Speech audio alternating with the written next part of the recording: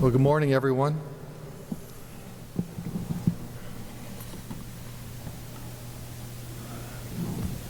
Okay. Is everyone ready? Okay, awesome. Well, good morning. Thanks for being here. Today I want to address the aftermath of Hurricane Helene, election preparations, and cover a few other points. This is important to us, and this is important for our voters. I want every voter in Georgia to know every vote matters because every voter matters. We all know that Hurricane Helene was a massive storm affecting a large area of both the southern and eastern parts of Georgia. It seemed like Helene spent 2 or 3 weeks making her good sweet time to get here, and little did we know that when she came ashore at the Big Bend, she would still be packing a huge wallop once she got to Georgia. She hit Valdosta hard 10 days ago and then traveled on a path through Dublin, Augusta, the South Carolina Piedmont, and then on to Asheville. What has been on everyone's mind is what will happen to elections. Good news, absentee ballots are going out this week as scheduled, and early voting will start next Tuesday on October 15th. Before our team and I go into the details, I want to pause and I want to recognize our election team. I believe we have the best election team in America. I can't express my gratitude and my admiration for their foresight, their planning, their diligence, professionalism, and just darn caring about the whole entire election process. Our state elections director, Blake Evans, is outstanding. He represents the very best of public service. I think public service is an integral part of the election process. And then Gabe Sterling here is also, and you all know him, and he has been working closely with Blake and the elections team in the past 10 days. Also here will be Nuzla Zaharis, our Securities and Charities Division, who makes sure at all times, and especially during times of national and state emergencies, that charities are good charities, and we have to look out for scams that are trying to take advantage of people during these trying times.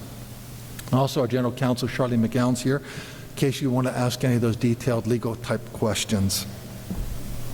Before Helene even hit, Blake Evans in our elections division had sent out to the county election offices a survey checklist. Told them to hold on to it and report back after the storm to let us know where the status of your counties are. Last Monday, this time, I was in Augusta with Governor Kemp and other constitutional officers as he was assessing the damage, and it was devastating. The first thing I noticed when I got off on I-20 is that none of the stoplights worked. They didn't start seeing some of them working until I got close to downtown Augusta. Not all of them worked, but some of them did. The Columbia County Commission chairman showed a little map of where the storm clouds were less than a mile from his house. It was clocked at 102.9 miles per hour. That's the kind of storm they had over in the Augustan region. On Tuesday, I was in Nashville and Berrien County, South Georgia, then Douglas, then Hazelhurst and Jeff Davis County, and we finished up in Alamo and Wheeler County. Power outages, lights out, trees on houses. For example, in Jeff Davis last week, 92.35% of the power was out in that county. On Wednesday, I was in Sandersville, in Washington County, Louisville in Jefferson County, Gibson in Glasscock, and Thompson McDuffie. What was really interesting when I was in Gibson County, lo and behold, there was the county election director working in the sheriff's department because it had internet. And what she was concerned about is she had 11 people. She needed to get those 11 people new registrations on the voter list. And then if she's already thinking ahead, now how do I get them their cards so that they know they are registered? Well, that's the type of dedication we've seen throughout the entire state of Georgia. I'm grateful for every one of our county election directors.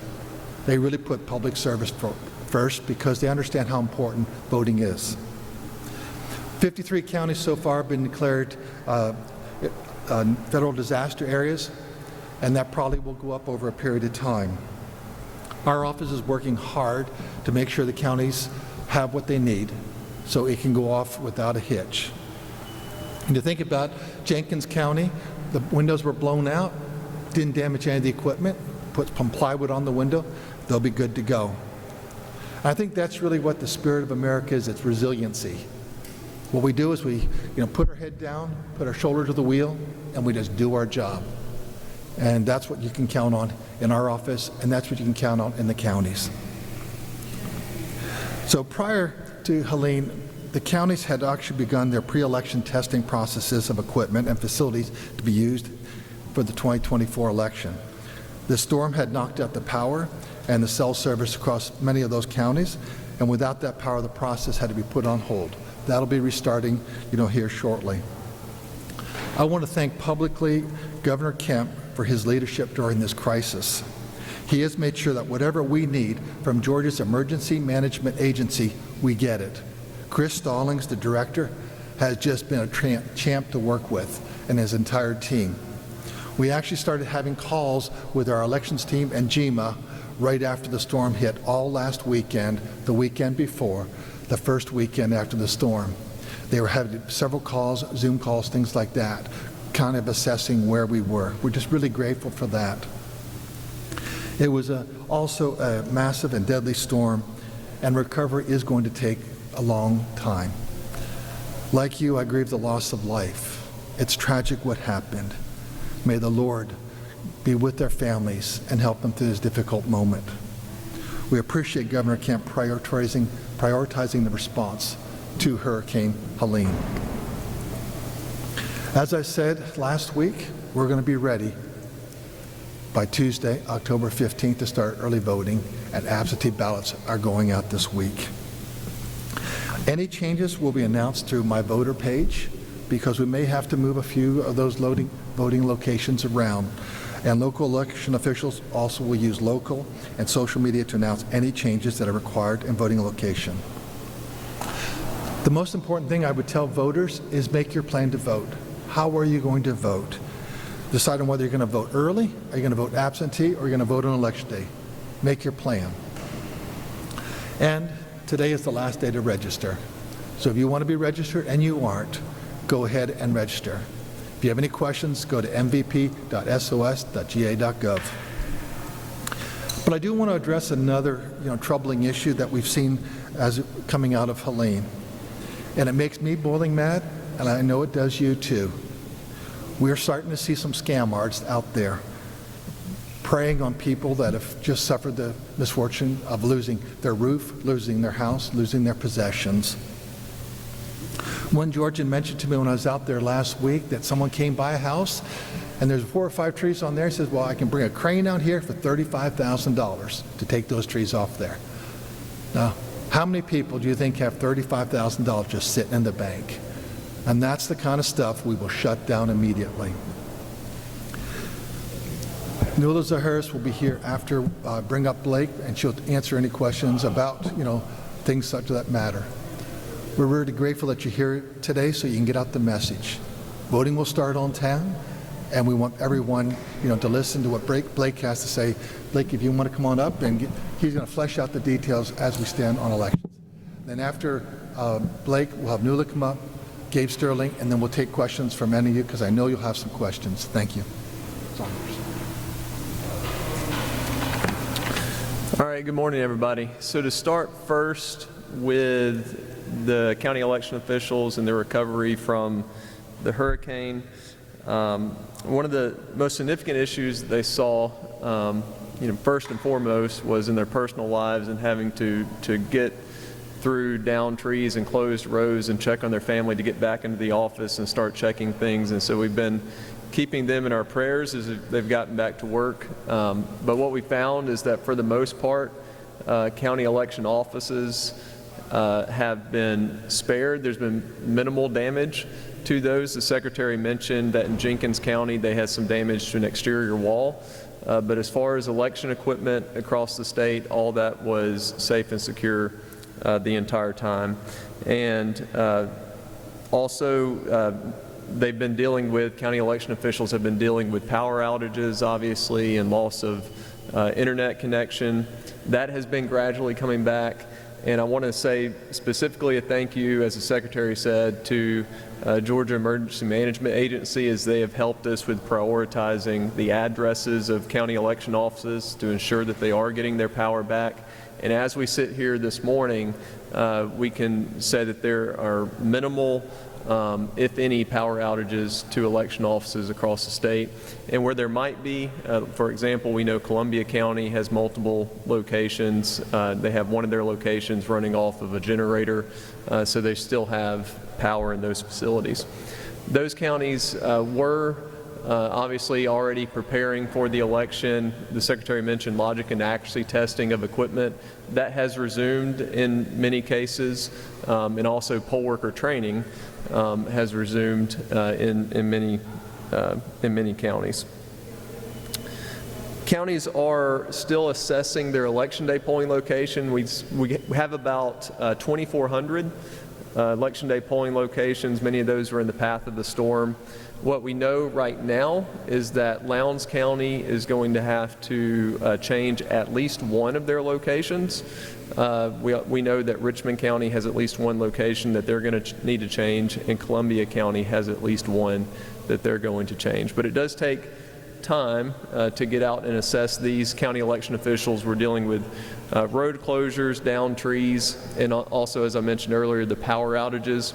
When a county goes out to a polling location, they have to check not just the structure of the facility, but also things like parking and also the power and electricity that's running there to make sure that it's sufficient to supply the power to the voting machines. And so they need to get in there and perform some tests.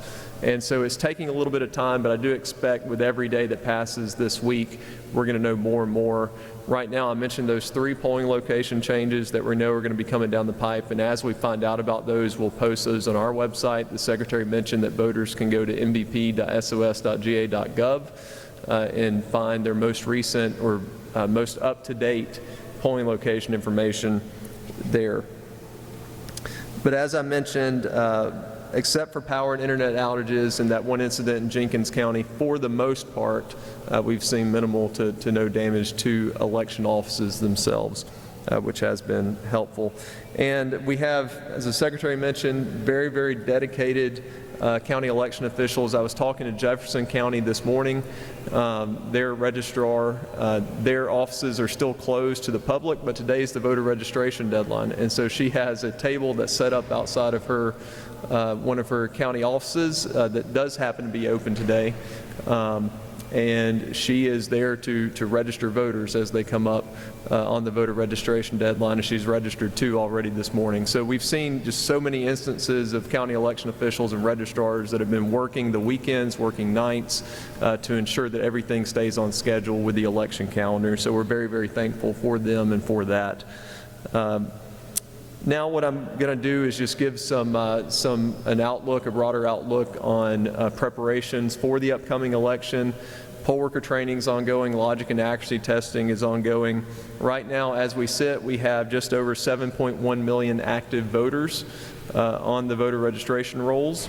And that in addition to that, we have a little over 1 million inactive voters on the voter registration rolls, for a total of 8.2 million total voters on the rolls. And that number is going to continue to change a little bit. Today's the voter registration deadline, so a voter can go to online voter registration. They can go to their My Voter page up until 11:59 tonight and submit a change request. And then counties in the days following are going to be processing those requests as we get ready for advanced voting. And so that number is going to continue to change a little bit, even though today is the voter registration deadline. Just for comparison purposes, in 2020 we had right under 7.2 million active voters and right over 7.6 million total voters. And for also a few more statistics, because I'm a data guy and I want to share them, is with all the voter registration applications and requests that we receive, about 70%, or just under 70%, come through the Department of Driver Services when we get a transaction from them. 12% come through our online portals, OLVR, online voter registration, and My Voter page. And then about 19% come through some sort of paper application. And as I mentioned, today is the voter registration deadline, but counties are going to continue to process. We know that there are still about 100,000 registration change requests that are sitting on that our counties have that they are going to be processing over the coming days, and so we expect that number of active voters to get up to probably close to 7.2 million by the time we get ready for voting. And so with that, what I'm going to do now is turn it over to Nuala for her update.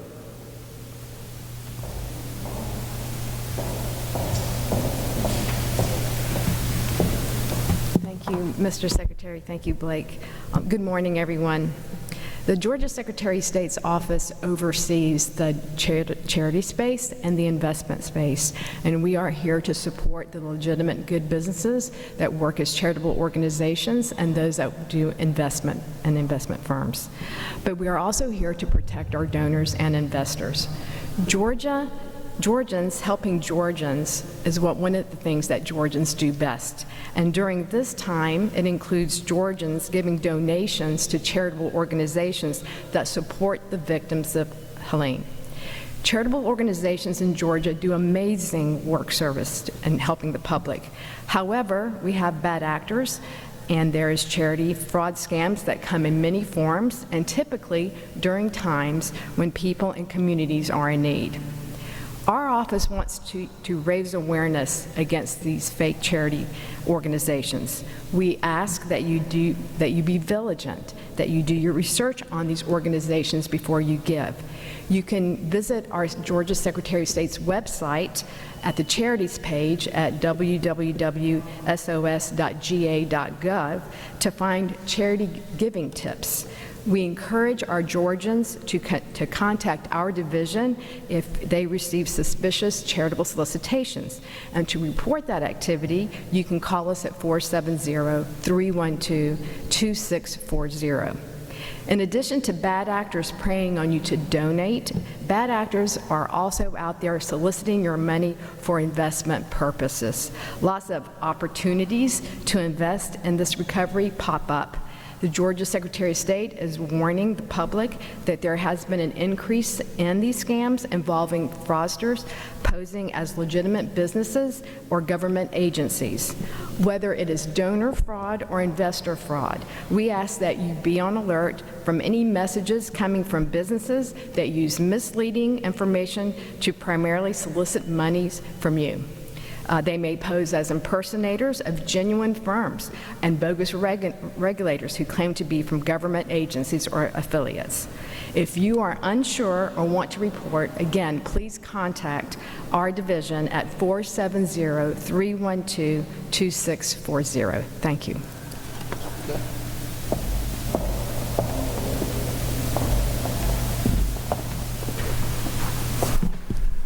Good morning. Long time no see.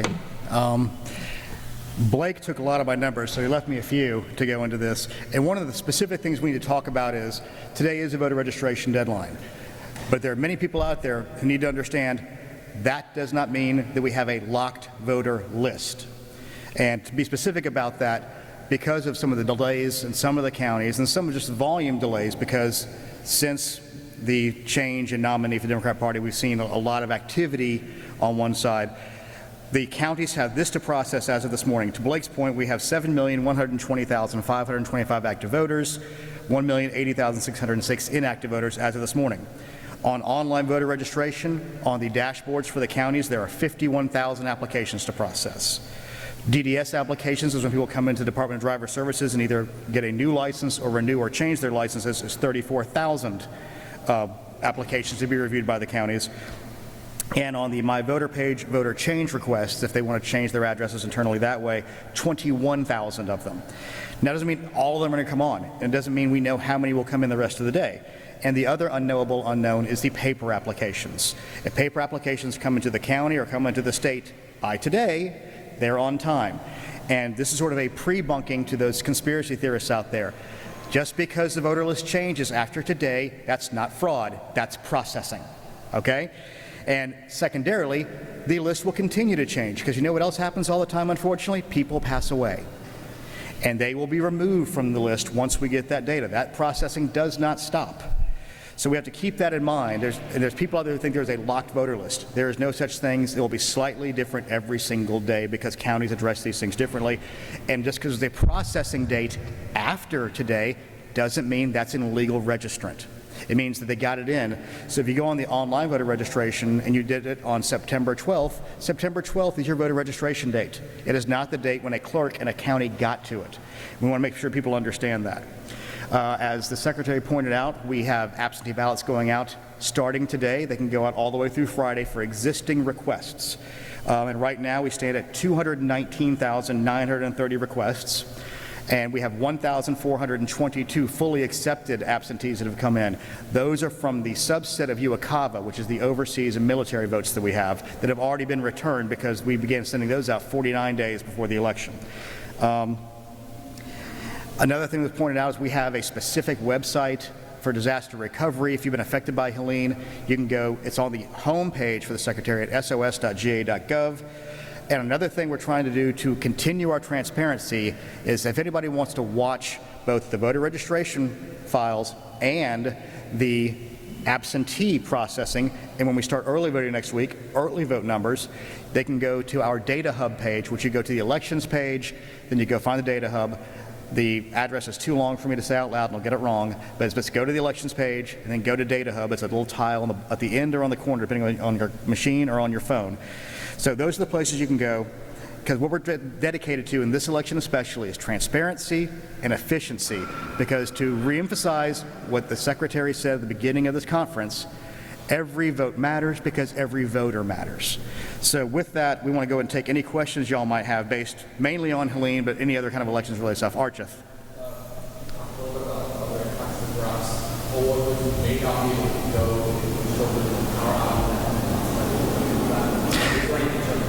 There's obviously going to be some concerns about, considering we're still in the hurricane season right now, but the county elections offices have already begun working with their county employees, and they are continuing to process.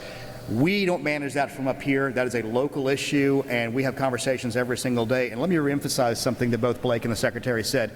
We have literally talked to GMA once or twice a day, every day since the storm hit.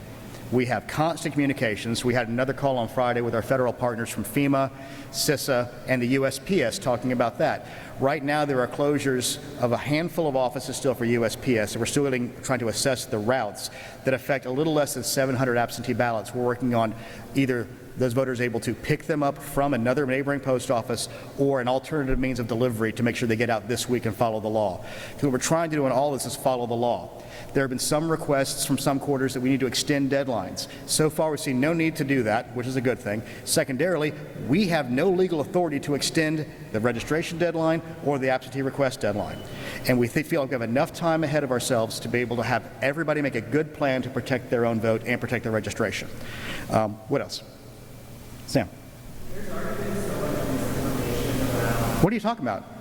How you guys are thinking about that environment as it relates to disaster recovery, but elections in the coming years? Look, Sam, it's kind of like the old commercial. We're soaking in it. I mean, it's just sort of always there. Our main goal is to be transparent, be honest, and follow the law and follow the Constitution to make sure that every voter that wants to cast a vote can cast it the way they want to. So that's all we can do. We cannot compete against every bit of misinformation, disinformation, but we're trying to do that with press conferences like this today. Yes.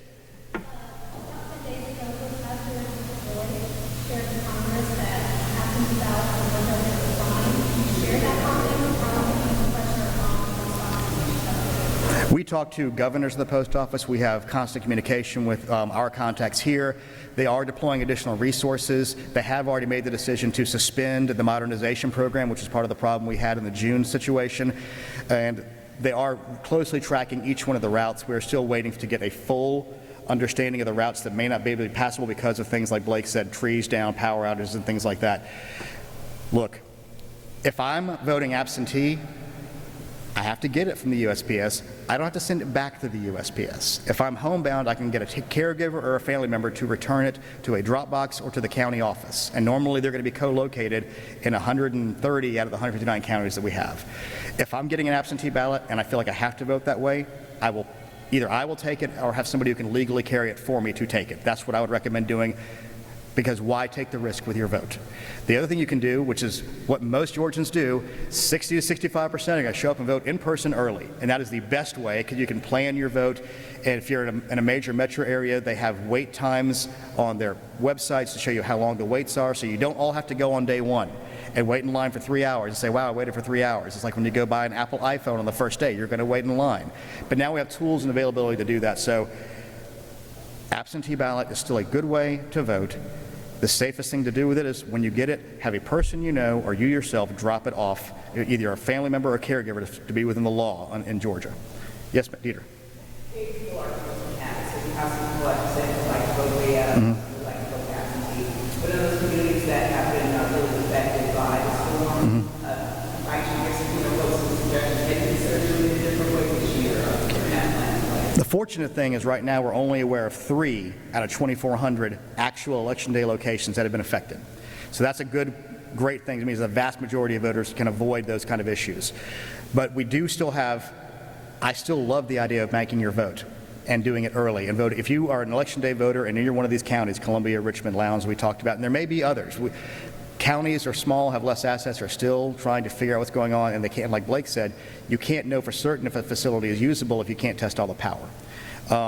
But that's why we have My Voter page, and that's why we have the disaster recovery page. We're trying to give people information to make a plan to vote. We've been telling people that make your plan.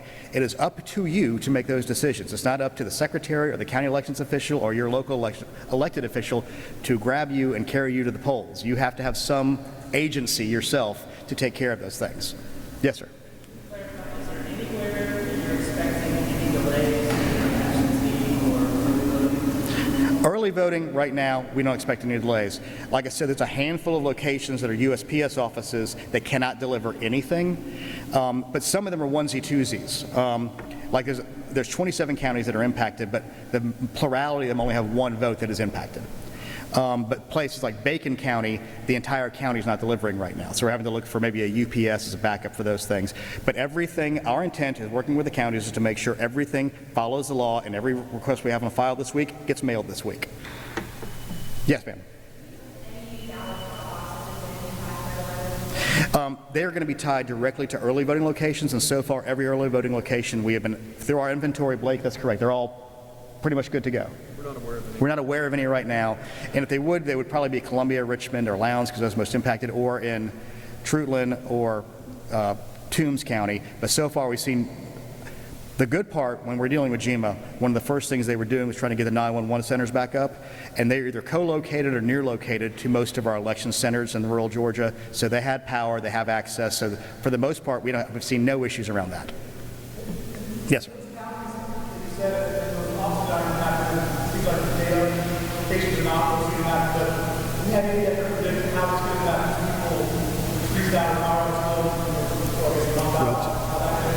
Roads are open. Roads are open. Look, most of the roads are already open. I mean, our big fear we had in a conversation with our federal and state partners on Friday was if another storm comes through.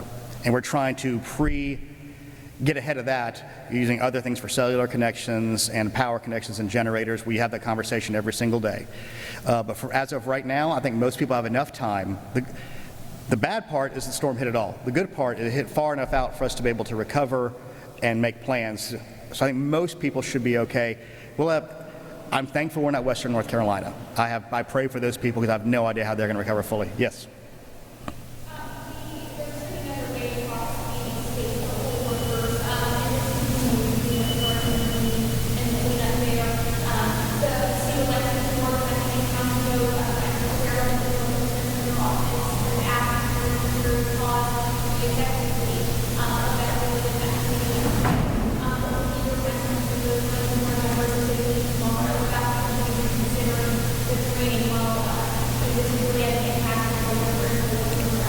Well, I would hope that they would listen to the elections officials who actually run elections and take their counsel, as they have failed to do so far.